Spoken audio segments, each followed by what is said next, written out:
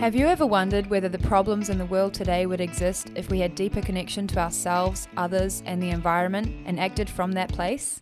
Welcome to the Conscious Action Podcast with your hosts Brian Berneman and Kayla Greenville, who believe that connection is the key to taking conscious action as individuals and creating a better world. We are here to raise awareness and inspire meaningful action by sharing stories, knowledge, and conversations with thought leaders and change makers. From sustainability to well-being and everything related to conscious living, our mission is to empower you to be the change that you want to see in the world. Welcome everyone to a new episode of the Conscious Action Podcast. I am Brian Berneman, your host, and I have the pleasure for this episode to be joined by a very good friend, Meghan Geliza Jackson. Thank you so much for being here. Thank you so much for taking the time to join me. And I want to say, I love you. I love working with you in collaborations. I love having you as a friend. And I love your gifts. I love what you share with people and your art. But because I'm sure that a lot of people out there that are listening might not know who you are. Please introduce yourself. Who's Meghan? Kia ora, Brian. Thank you. Thanks for having me here. And yeah, such a pleasure to have another conversation with you, have another korero. And yeah, it's so awesome. You know, I think, gosh, we've been friends for, 4 years now. Mm-hmm. And it is, it's just such a pleasure always to chat, and love everything you do as well at Conscious Action, all of your creations. And it's just, I'm a big fan as well. So it is my pleasure to be here. And so, hello, everybody. I am Meghan, and I am excited to be here and to talk, to have this conversation around energy and art and anchoring all of that in our lives here on Earth, in our relationship with the Earth. So the simple version of who I am is I create spiritual paintings made from natural pigments, made from handmade paint. And it is inspired by the universe and the 4 elements. So that's what I love to create. And I see these paintings as mirrors of the universes within us. And to me, these works, this practice is incredibly healing and joyful and fulfilling for me. So that's the simple version. And I also do energy work. So I'm also an energy healer and a sound healer and a creativity guide for empaths, highly sensitive and intuitive creatives. Mm.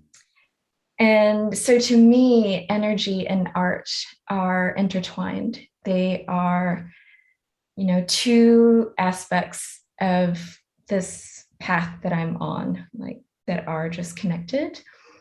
And while I do energy and sound healing, I believe in this lifetime that my main conduit of healing is art. Mm-hmm. And that's something that I love to share. Mm-hmm. And I'm the creator of Dreams of Source.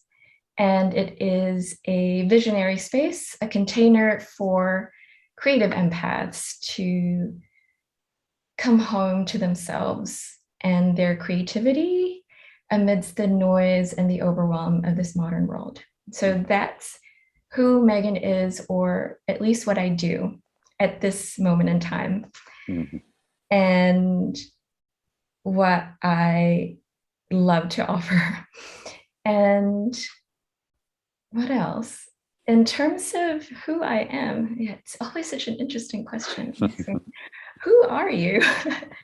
I suppose these are the things that I do, and these are the things that I'm really interested in. And, and I think it's tied to another aspect of myself, another facet of myself, which is being an empath and being an intuitive. And that's something and being a creative as well. And those two things have informed my work, and it was part of my life path for a long, long time.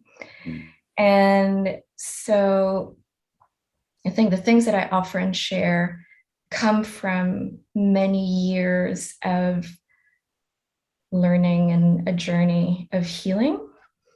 And, in this moment in time now, I hope to share the tools that has worked for me for many, many years in the past, not to tell people what to do necessarily, but to just create the container so that people will find the path within them as well that's right for them, so that they can create what they've been born or what they're called by their soul to create and share in this lifetime.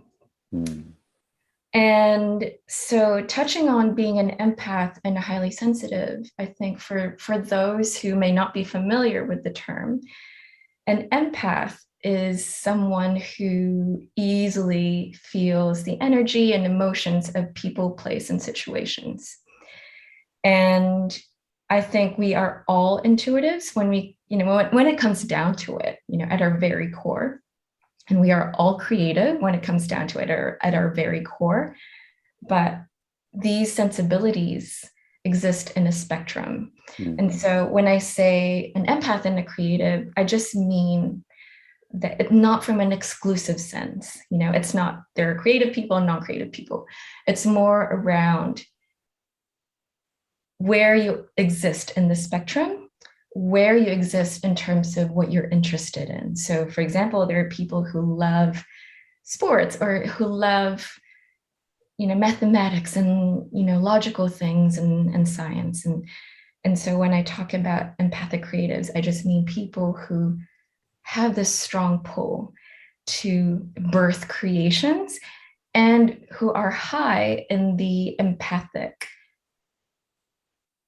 spectrum of experience, where to the point that, especially when we are in our early years, it could be debilitating, being highly sensitive, just absorbing everything without realizing what's happening, or being overwhelmed with the stimuli around you. So that has been my experience all my life.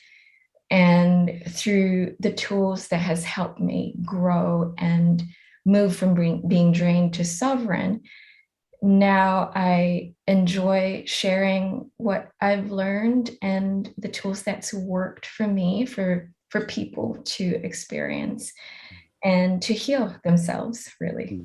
Yes, that's so beautiful. And one of the things, as you were just saying, that I would love to ask you before we keep on exploring a little bit more, this is what was that for you? Like, because as you were saying, for everyone, we're all we're all unique. We're all somewhere between spectrums of everything, and some of us are more sensitive to other people's or spaces' energies.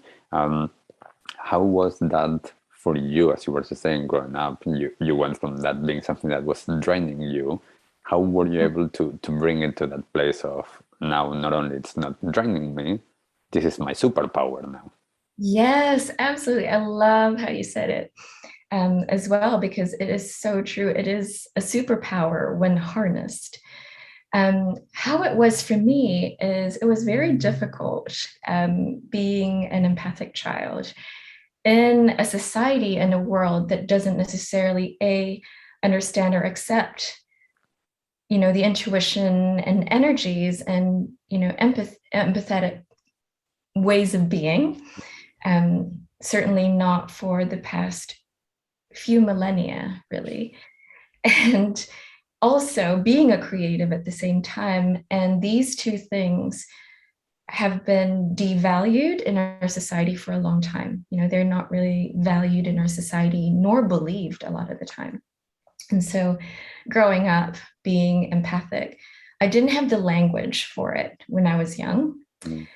I certainly didn't have the concept for it because no one else in my family also had the language for it, or the I guess the a similar experience or a similar sensibility, I guess.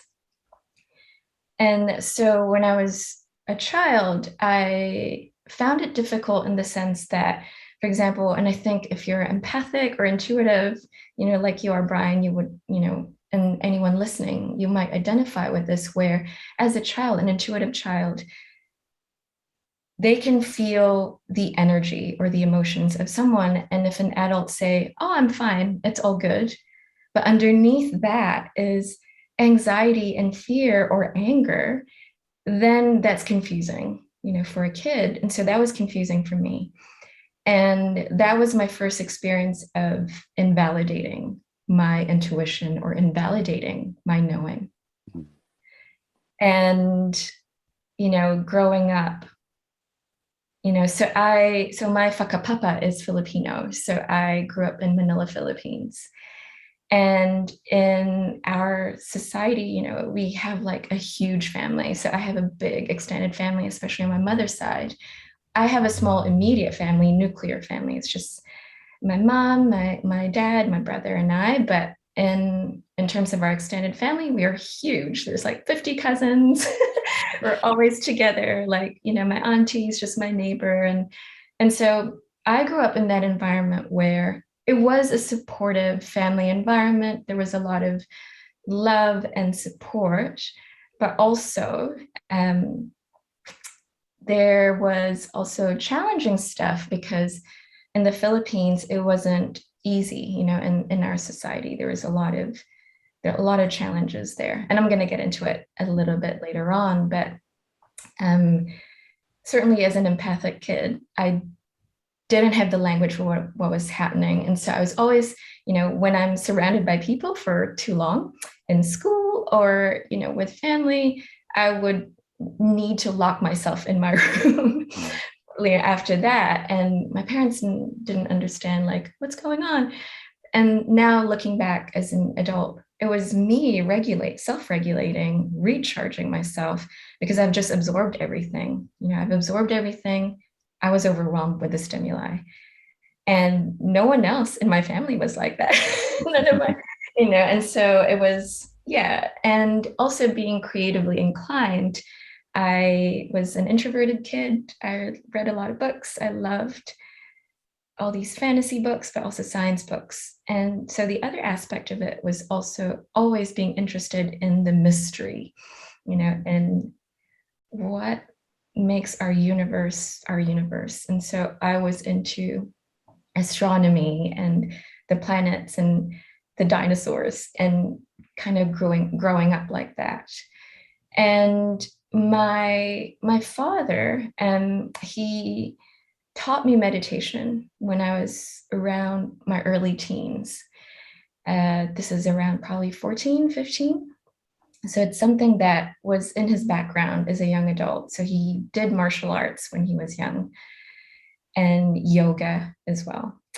And when we were going through a challenging time as a family, this is like a family like trauma that we were going through when it comes to my brother's health.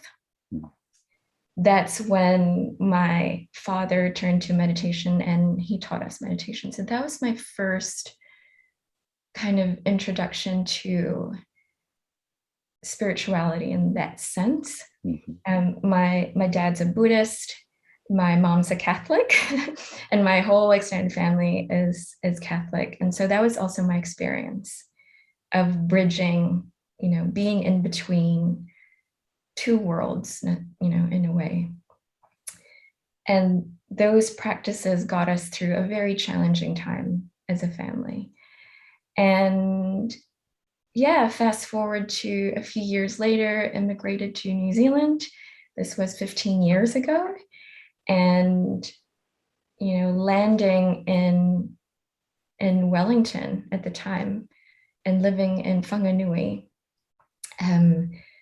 it was such a beautiful experience of the energy of the whenua, you know, the energy of, it was so strong and was so resonant. The energy of Aotearoa, it was just beautiful. And so yeah, but like just going back to your question, you know, what that empathic experience was like, it was challenging, mainly because society doesn't really support that way of thinking and way of being. And especially back then, we didn't have a language for it. And meditation really helped me in my journey. And that planted the seed for me to lead me on my path to even more healing, to even more modalities later on. Yes, and you know, I think that it's such an important aspect of this that a lot of times, unfortunately, most of our education systems and our families, our cultures, a lot of times don't have these frameworks or this language for this type of experiences, for a lot of things that are what happens in life to a lot of us, like, you know, like, and as you were saying, like within the spectrum, like there's deep traumas that a lot of times there's no languaging for that. There's a lot of like cultural dynamics that are also traumas that are not able to be explored because of that. And then the personal ones with this is like, okay, I'm feeling all of that. What's that? Like, and how do we go through the motions of all of this without it being so overwhelming? And this is one of the things that I think that having some practices and some language that you connect with, and this of course is always different for everyone. Like I connected with my own practices, with my own path of what that connection was, and those spiritual practices have been for me the ones that helped me to be centered, to be aligned, to be more grounded. And you have, as I know, like you have your own that have enabled you to go through this and to make like this quantum leap or this jump in your way of being, and that enables everyone to have that. And as well, like for someone like you, having that outlet when using your creativity, that, like as you were saying, like this is how you share as well with the world. What was it for you? Because I know like a little bit, especially after 2012, like what was for you those things that was like, oh yeah, you got it, like. Yeah, like such a good question. And you're so right that there are certainly points, I call them initiation points, that really take you on like a fork in the road almost. And it's usually these crises points, right, that either introduce you to a new tool, you know, a new modality or a new way of being, really.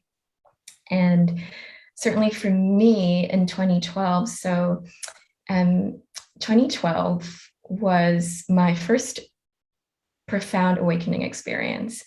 You know, I was already empathic and intuitive as a kid, but and I suppose like that period, you know, in my teens was a spiritual awakening of sorts.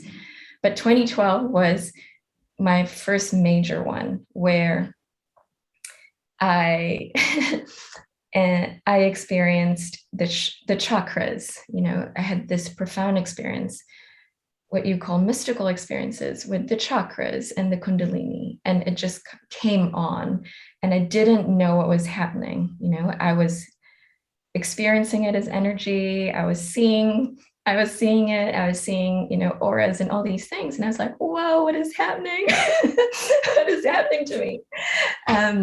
And at the time, I had a career in advertising. So I was an art director and a copywriter in advertising, and I was already exhibiting my art at the time.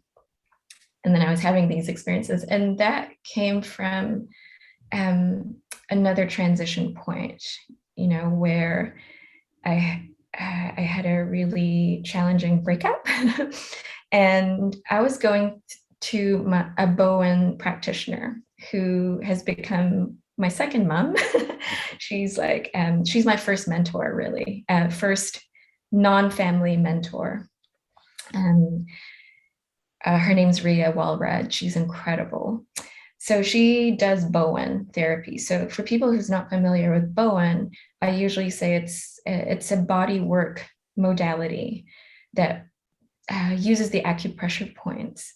And so I was going to her before this awakening. And when I had these experiences, I started sharing with her. And she revealed that she was psychic and she was intuitive. And she guided me through it. And she said, "Oh, you're experiencing your chakras." It's like, what's a chakra? It's like, what is this?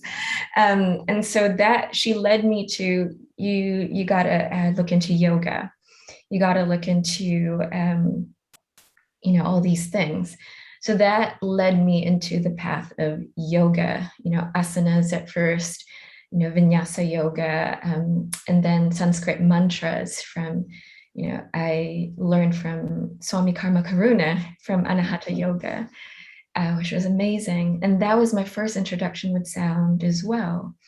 And so, so really my journey to these healing modalities was to heal myself first and foremost, and to help navigate my intuitive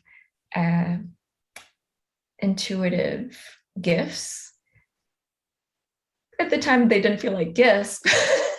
At the time, they felt like, what is this? And so, yeah, it was an initiation point because, from before that, I thought my life was set. I thought, okay, I have this, I'm just going to be an artist and also, do advertising work. And I did not foresee that I'll ever be I did not see it coming that I'll be a healer. And I also didn't have the desire to be a healer at the time. I was just doing these things for the love of them at first. The love of sound, it just felt so good. And yoga, they just felt so joyful and they really helped me, as well as some healing modalities. So I was introduced to other teachers who taught me energy healing, with the white light frequency, the, violet, Reiki, all these things, the light body system. So I studied our energy anatomy for my own healing. And it was such a profound, really profound experience. And it's really changed my life. I went from, as I mentioned, drained empath.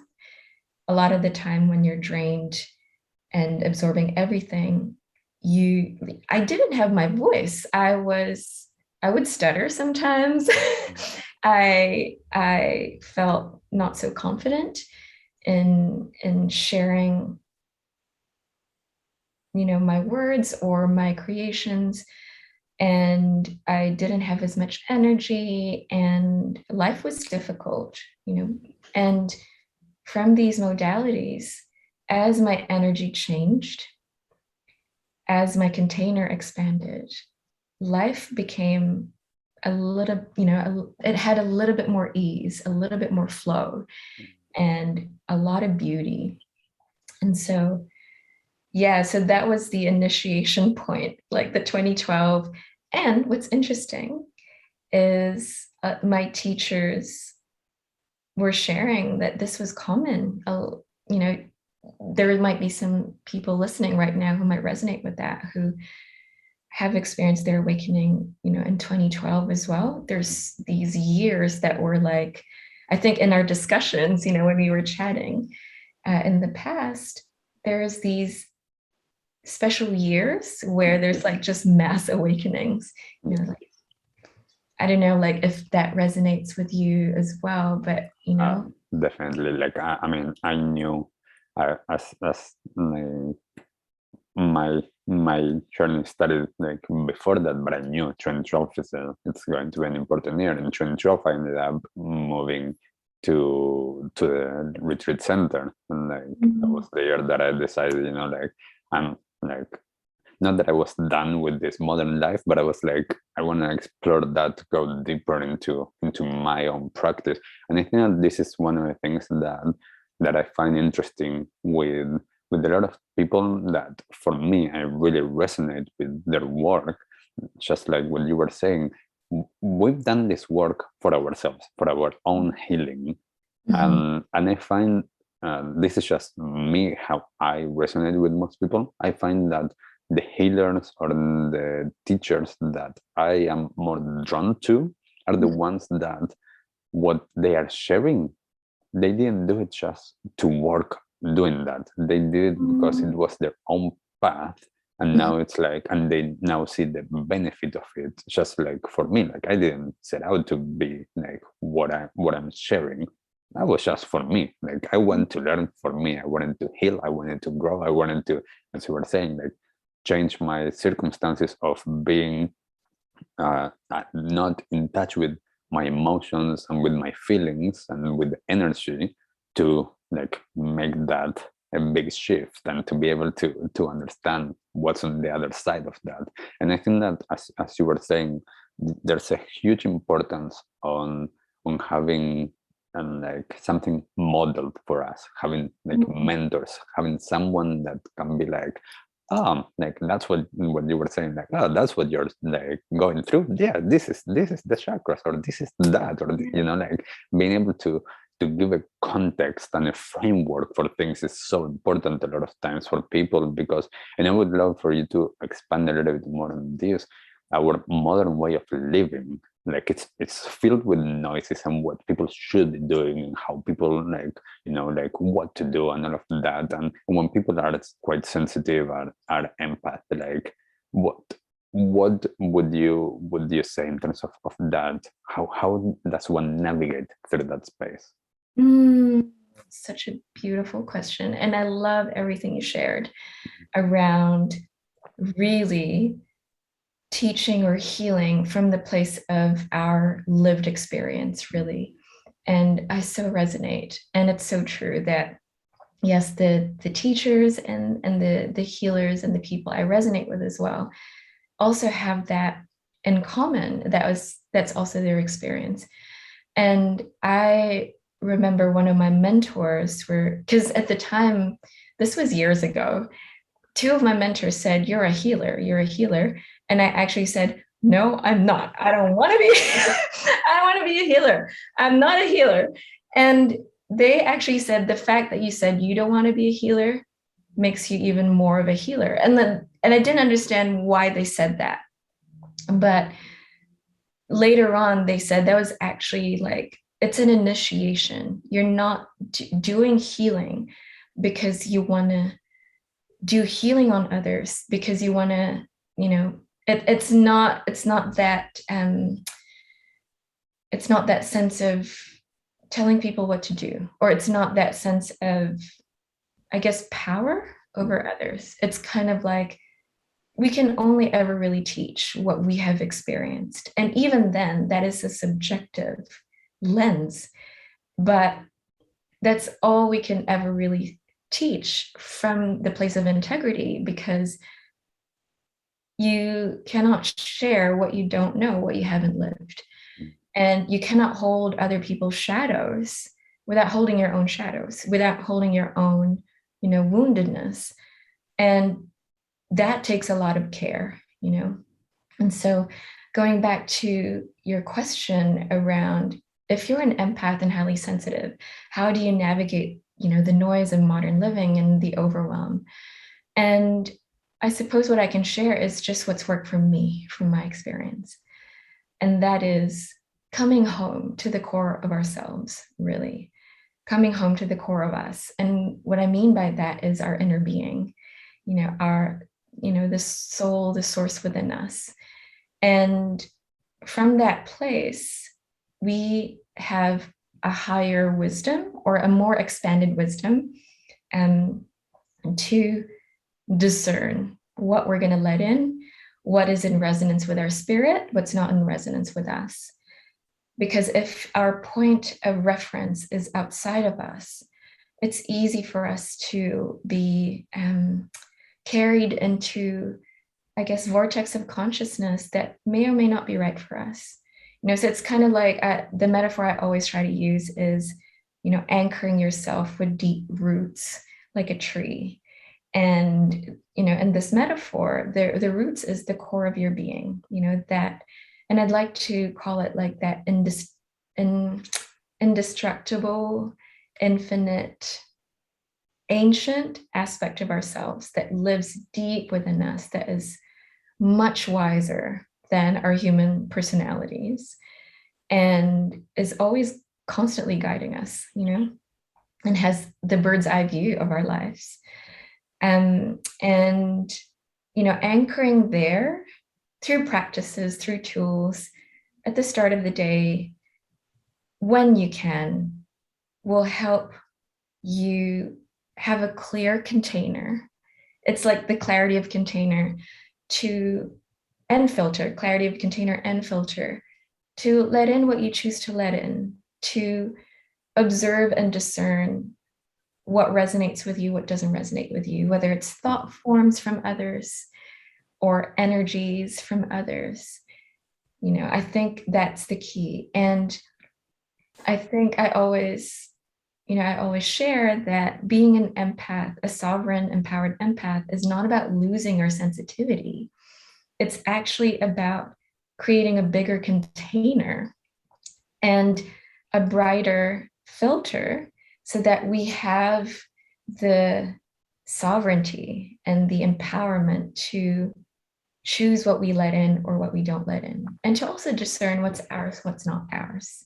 So that requires practice of sitting with yourself, sitting with your inner being, and getting to know your inner landscape so that okay, these are my thoughts, these are my emotions, these are my triggers, this is what I'm pulled to do by my spirit.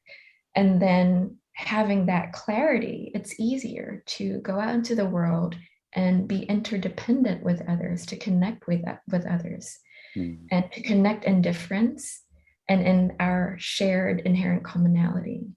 So, yeah, I answer that question. Yes, no, and I would love for you as well, like on top of that, to explore something that, and we've talked about this like a lot of times. What is the space and the importance of grounding and that connection with the earth as we explore that of what we are and our connection and interdependence? What is the importance of having that groundedness? So important. I think it's probably the most important if you're an empath. I think, especially when we're just newly awakening, there is a overemphasis for the third eye or the higher chakras or higher planes of reality, the 5D, all that stuff. But from my experience, if you're an empath, it's actually your lower centers that's depleted. It's your root, your sacral, your solar plexus. If you're not familiar with the chakra system, the way I can simplify it is we're more used to being in our heads and in our hearts as empaths and as creatives than being in our bodies, than being comfortable with the earth plane. The earth plane is a plane of polarity. It is a plane of contrast. It is a plane of duality. And that's difficult for sensitive souls, because we are more inclined to love and light, but we chose to be here on earth. And like, this is Earth school.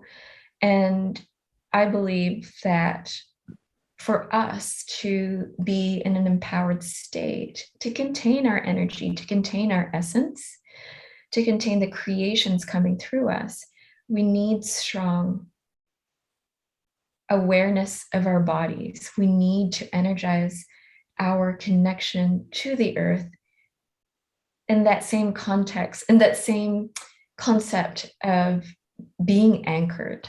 So like the metaphor, the visual that I always associate that with is, like having a container that's deeply rooted to the ground. So you can contain the higher, so you can contain bigger energy, so you can contain creativity. And when you're anchored as well, your physical life works a bit better. You're more practical, your body is healthier, you have more energy to create what you're here to create, what you're here to do, and you're able to hold energy, certainly higher and higher energy. I think if you are empathic or newly, psychic or intuitive, if we are overly emphasizing the head, the higher, the heart, it's you're actually more vulnerable and your boundaries aren't so strong. So it's easy for us to get carried into things that may not be right for us and to, again, absorb others, So grounding is I believe, your first port of call, while we're here on earth, to contain your energy, to contain your essence. Yes, and for me, I know this was true for me, like that coming back to being grounded in my body, to do the practices. And for me, like one of the main ones for the last 18 years has been Tibetan yoga, but it was a practice that enabled me to be more connected and anchored in my body, having that connection with the earth underneath me, and through that being able to be open to the universe and to more energy, and to be able to do all of the healing work and all of the energy work that I do, because I am grounded. And that has been one of the things that through many years that I have seen a lot of people, as you were just saying, we are, that is above us, like it's like it's calling us, and it's so nice because it's so light, and it's flowing and everything. And I see so many people that get, in a sense, they go there and they are trapped there because they don't have that anchor. They don't have a way to come back. And this is one of the challenges. And I don't want to get too much into it, but we can get into a little of a mad place. And I have a lot of psychological issues as well of, what's real and what's not when we go and live too high. Also because, when we are living up there and it feels so nice, and down here, we might not know how, what's our place and how do we belong here. I see a lot of challenges for people to say why staying here as well, which becomes a big issue. But as you were saying, having that anchor and being like a tree, for me the trees as a metaphor, they are amazing. The roots down, standing tall, branching out into the universe, and having that interconnection with everything. It's so important. And before I forget, because I really wanted to talk about this with you, the space of creating an art. What is, for someone like this that we're talking about, that is a creative, but perhaps they don't think that they are, because they haven't done much. What is the space and the benefit for people to have an outlet like this, to be able to explore? And what has been your experience with it? Because I know for you also, especially through the last few years, you've been changing what this creative outlet looks like. Yes, absolutely. And the way you also shared that is such a perfect connection to creativity, because creativity to me is that bridge between the higher and the lower. I love everything you said about, we can get so caught up in just living in the higher and thinking that's our destination, when actually that's where we came from. It's the other way around. We came from up there, we came down here. Why did we come down here?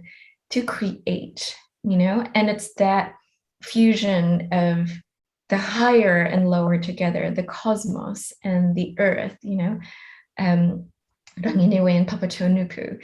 And it's that fusion of the higher and the lower, that births creations, and it's, I think what I want to share around that is someone who is creatively inclined, but not expressing it, can manifest into its shadow self, its shadow aspect, which could manifest as addiction. It could manifest as self-destructive, patterns. And it also manifests as, I guess, apathy or emptiness, with daily living. I think a lot of us who, I think from my experience, I also had an experience of toning down this force, this life force within me that wants to birth, wants to create.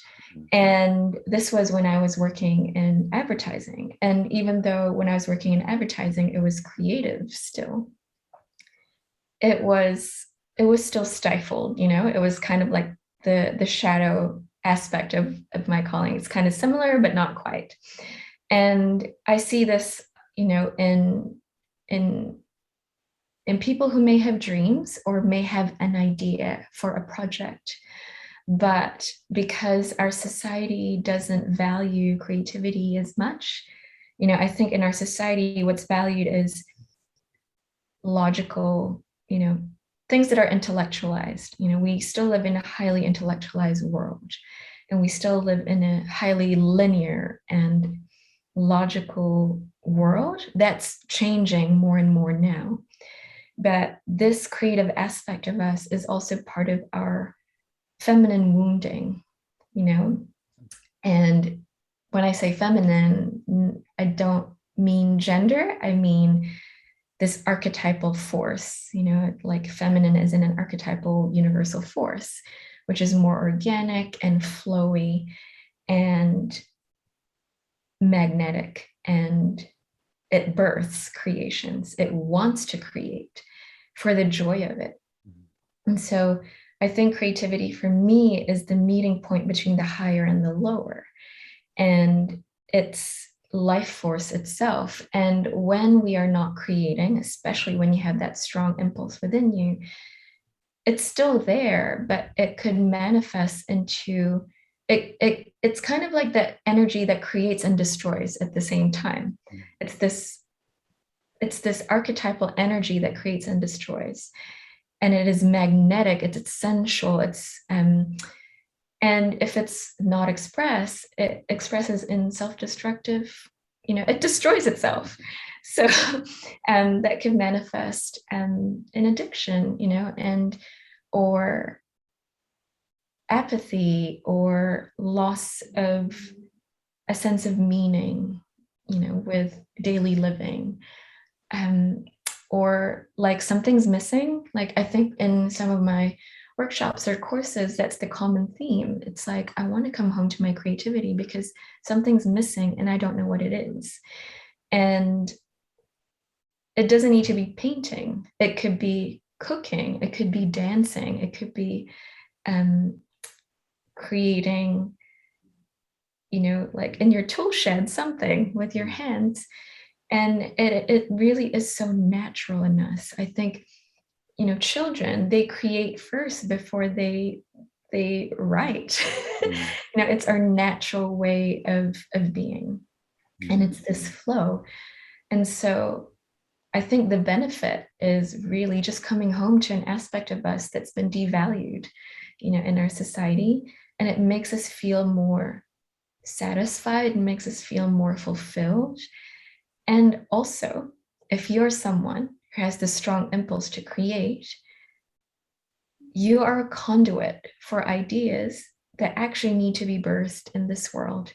That is medicine for the right people. You don't know why, you don't know who, but if you have a song that's wanting to be sung by you, that it's almost like it's almost a responsibility. Like you have no choice, you have to birth it. If you don't birth it, it's going to eat you up inside, and it's going to like seep out in other aspects of your life. And if you birth it, it's medicine. It's medicine for yourself. It's joyful, and it's medicine for others who resonate with that message. And you know, I love that, because I think that it's, as you were just saying, a lot of times our current society doesn't value as much all of that, and it's, in a sense, it's a shame, because, you know, like, a lot of people that are here in this earth now, and they are supposed to be the artists, the musicians, the painters, the like sculptors, whatever it is that they need to do in the arts, they are sometimes stuck in a job that is like just to make some money, but it's stifling, and it's dampening their creativity, and there's not enough energy, or there's not, as you were saying, it's not valued as much. And I think that the more that someone is able to create whatever it is in your form, without thinking, I'm going to make money out of this, or, you know, like, it's like, well, I'm bringing this because that, as you were saying, that's what's coming. Like, some people might call that channeling as well, you know, like, that's what's coming, and that's what needs to be birthed. And sometimes it is for you, and sometimes, as you're saying, it's for others. Like, you know, you might be able to make a painting, and someone in 20 years time sees it, and it's like, wow, you know, like, I know this, for example, like, because this was one of my practices with the Tibetan, like, Buddhist tankas, or the paintings. Like, a lot of times, like, it's, they are for practicing, they are for like awakening. There's something in there, and that's one of the important aspects of that. It has a frequency, it has an energy, and it has a job of its own, independent of you. You know, I always see my paintings as not, sometimes it's, honestly, a lot of the time, it doesn't feel like I'm doing it. When people say you are so talented, I genuinely don't, I don't feel it's me. It was like, it's coming through me, and I have a relationship with it. And I think people who are engaging with their creativity might resonate with this, where there are certain ideas that feel very flowy and easy, and there are other ideas that really kick you in the butt. It's like really hard to birth, and, you know, but it's like, it has its own consciousness, and it has its own job. And, you know, I love what you shared around the Tibetan Buddhist, you know, tanka artworks, where it has its own frequency. It does. And you don't know, you can't control that. You cannot control how many people will be affected by your creations.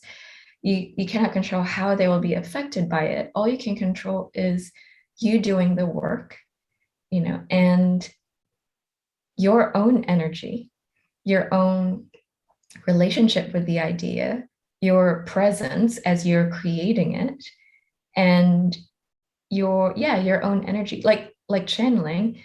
And then the results of that, it has a life of its own, and it has its own job. And to me, I see it now. I didn't used to think this way, but I see it now as it's my job to actually elevate and share them, because they are trying to reach whoever it's trying to reach, you know, whether it's through on a screen, you know, that frequency could help them feel calm, or remind them of something, you know. And I always see this in artwork. It always mirrors something within us. It's like an echo of something that we might have forgotten, or an aspect of us that we need to reactivate within us.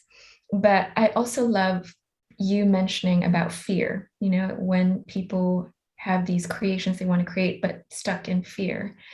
Like, I want to touch on that, because I want to share that, at least in my experience, and I've seen it, fear and creativity are very linked.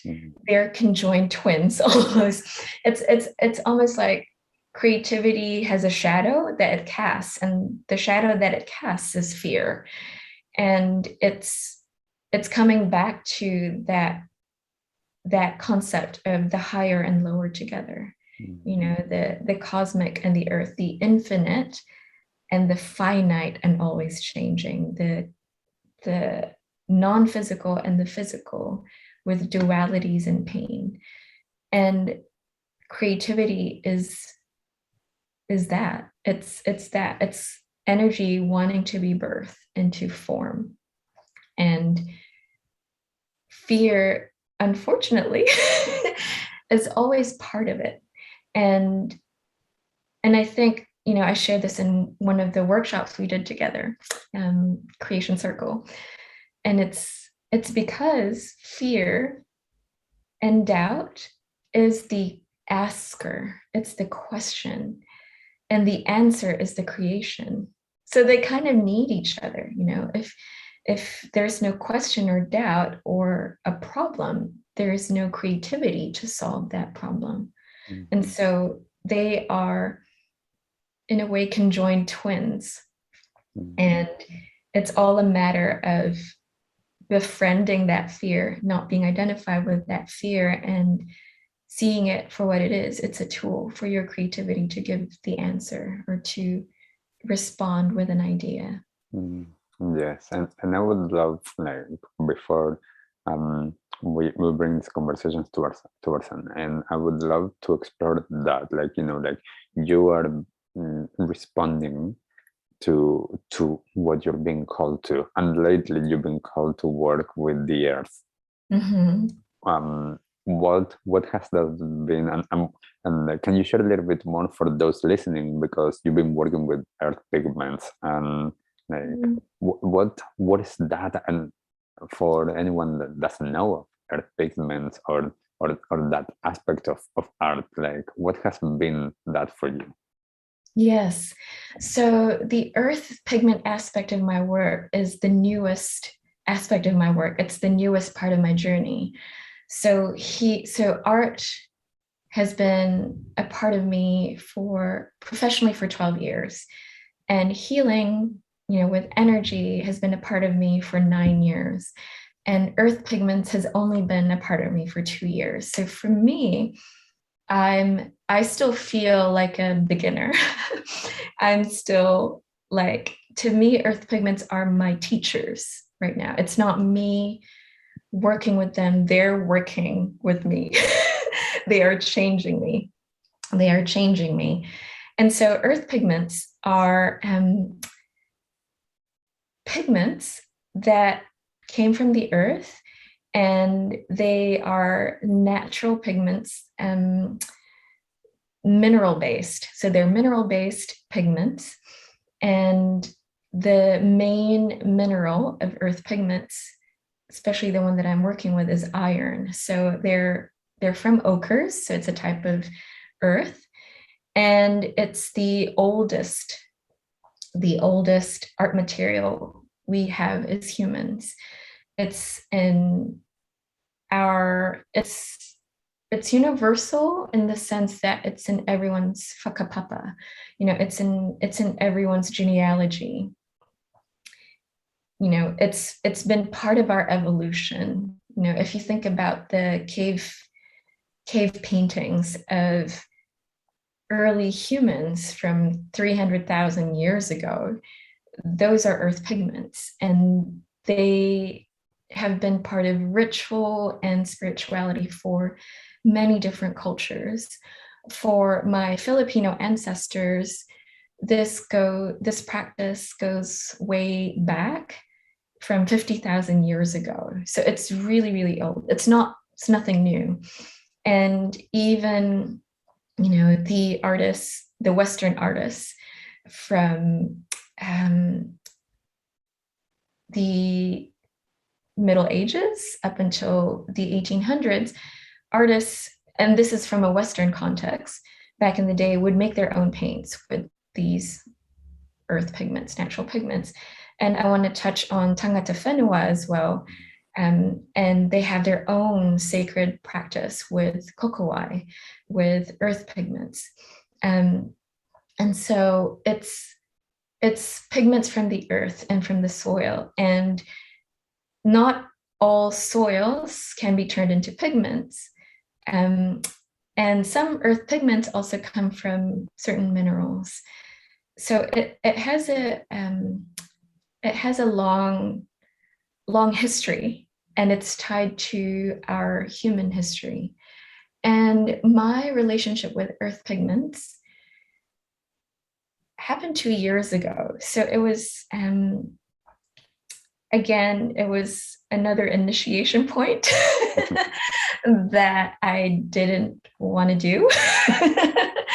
It came through me from meditation, and this idea consciousness, it was, when it came to me, and it came to me as an energy, and it came to me and it felt really robust and really strong and steady, and it felt connected to threads that required responsibility. So for those who may not be, or may not have had, experiences like this that you can call mystical, you can just say that was my subconscious, and when that first came to me, I knew I was being called to work with them as a painting material. And at first, I wasn't sure if I was going to say yes. I was honestly intimidated by the idea. And what's interesting was, before this, I've been painting with acrylics for 12 years, longer than that, as a hobbyist. And all of the colors I was painting were purples and blues and greens. And I think we already are friends when when I was still painting these creations.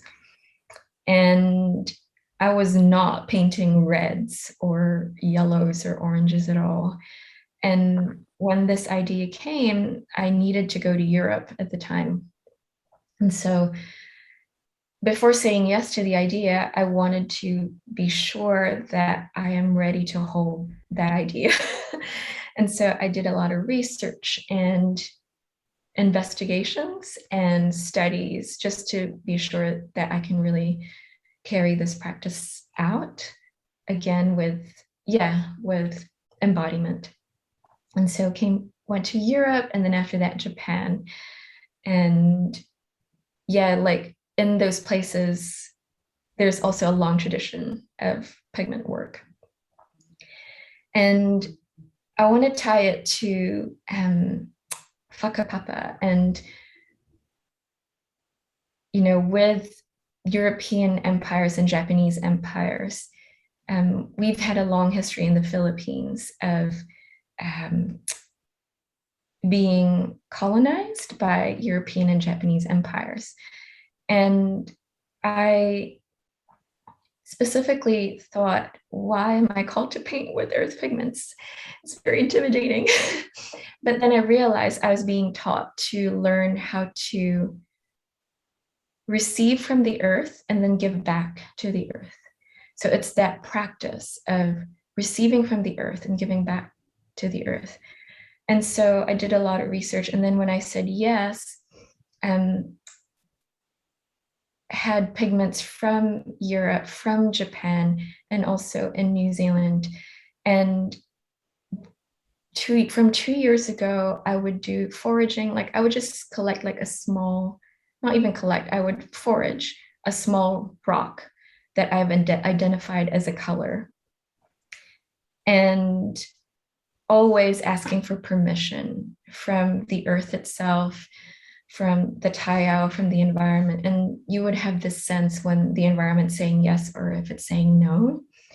And back then, from 2 years ago, I was just doing it intuitively at first, and just doing it for me. And I didn't even share it on Instagram until a year later. I didn't share my earth pigment work until a year after that, because I really wasn't sure if I was going to continue with it.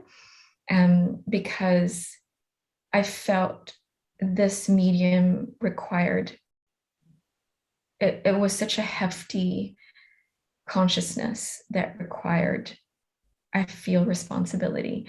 And I didn't understand what that meant at the time. But now I'm slowly understanding that it is our relationship with the earth. It's it has a lot of contrasts, and it requires boundaries and clarity of agreements and reciprocity, so giving and taking. And from being taught by earth pigments, I realized that as humans, we've been taking from the earth and not giving enough back to the earth. That was one of the things that earth pigments has taught me. And so met many other earth pigment practitioners around the world, and I didn't realize there was like a huge community of it, a lot more wiser than I am.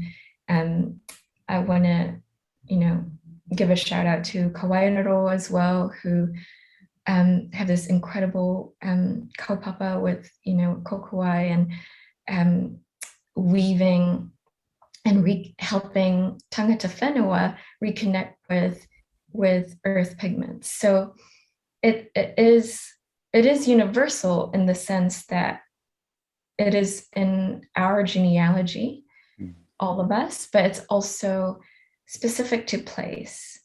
And one of the things that I've been humbled by to learn is that being specific to place meant that we need to reckon with some of the things that's happened in our history where the giving and taking wasn't in balance, either between the earth or with each other, so there's a lot of things that needed healing. And that's why I intuited 2 years ago that this was a really intimidating, teacher. It's not kidding around.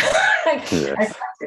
It's not, and for me personally, it's evolved from, going deeper into learning about Tatiriti. And as Tauiwi, I'm a first generation Kiwi, and it's that sense of we need to listen to those who have had generational relationship with the land, because they know the environment in an intimate way. And this has brought me closer to my ancestors as well, my ancestral practice with earth pigments, really learning, the pre-colonial practice for us, how, Filipinos were seafaring, people, and traveling to the Pacific, 5,000 years ago. So there is that beautiful link that I discovered. And it's almost like I kind of followed their journey in a way. And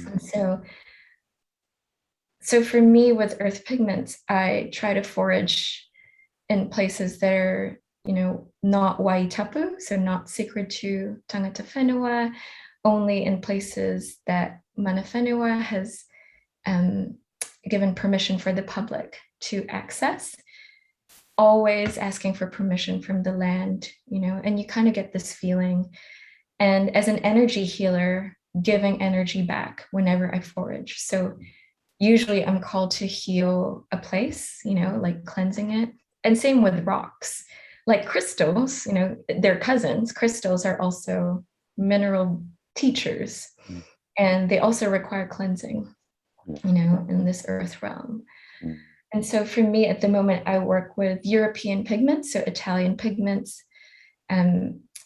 because there was that, that again, exchange that needed to, I felt comfortable with that because the colonial past in the Philippines, European empires have benefited from our natural resources. So there was like that natural cycle. It wasn't revenge or anything like that. It was just a natural cycle. Yeah.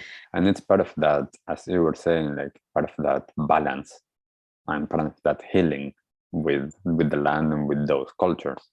Yes, absolutely. And, I just want to say that for me, I am still a student, it's not over, and I'm still learning so much. But what I can say so far, what I've learned the past 2 years, is that it is really a call, at least from my lens, from what's coming through me, it's a call for empaths to ground our energy, to ground our wisdom, to ground our creations into the earth.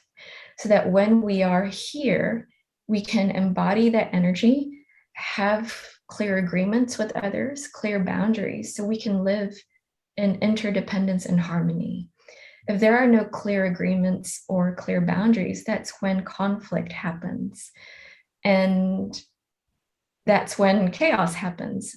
And the beauty of being an artist, if you're an artist or you're a creative, or you as an, soul-led entrepreneur, Brian, you are making order out of chaos. That's creativity, And so I think we are moving into a new world where so many ways of being are dissolving and we are creating the new. And so I think it's kind of like a collective shadow work, collective shadow work to embody the new, Definitely. I love that, and I love, talking to you. I think that there's so many more things that I want to to keep on talking. I'm just aware that we could be doing this for 5 more hours and Yes. and not stopping. But just for this episode itself, I think that this is such a beautiful place to bring it towards an end, and I will encourage everyone to go and check out Meghan's work and go and check out the Dreams of Source and to be able to take some of these things that Meghan shared, to see how does it resonate with you. If you're an empath or an intuitive and a creative, what are you doing with all of this? And reach out to Meghan. I think that as you were saying before, the importance of having mentors or someone that has been there and guiding.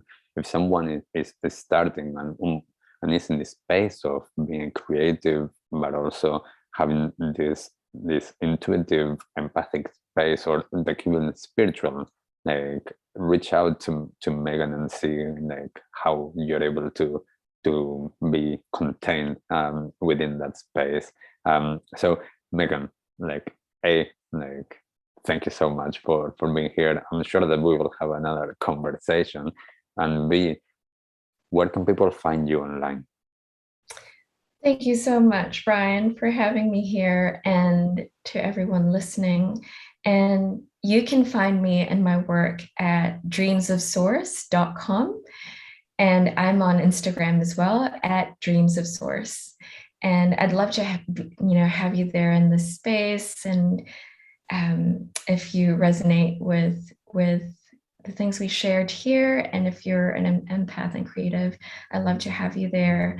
We have courses, self-care art courses and meditations, and just to support you on your creative and intuitive journey. And as always, I love having conversations with you, Brian, and it's always such a pleasure and a privilege to be in this space. So thank you for having me. Thank you. I'm sure, as I said, that we will have another wonderful conversation. I'm looking forward in the future to doing more workshops together as well, more co-creations. But for this episode, I'm going to bring it towards an end.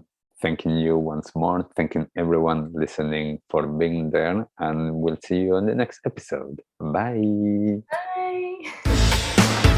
What did you like the most about this episode? Take a moment to think about what change you can make in your life today. Share your conscious action on social media using #ConsciousAction and tagging @ConsciousActionNZ so we can celebrate your impact on the world and create a ripple effect. One easy action we would love for you to take right now is to share, like, and subscribe to this podcast. This will help us get these messages out into the world and inspire more people to take conscious action in their own lives, contributing to the better world we hope for.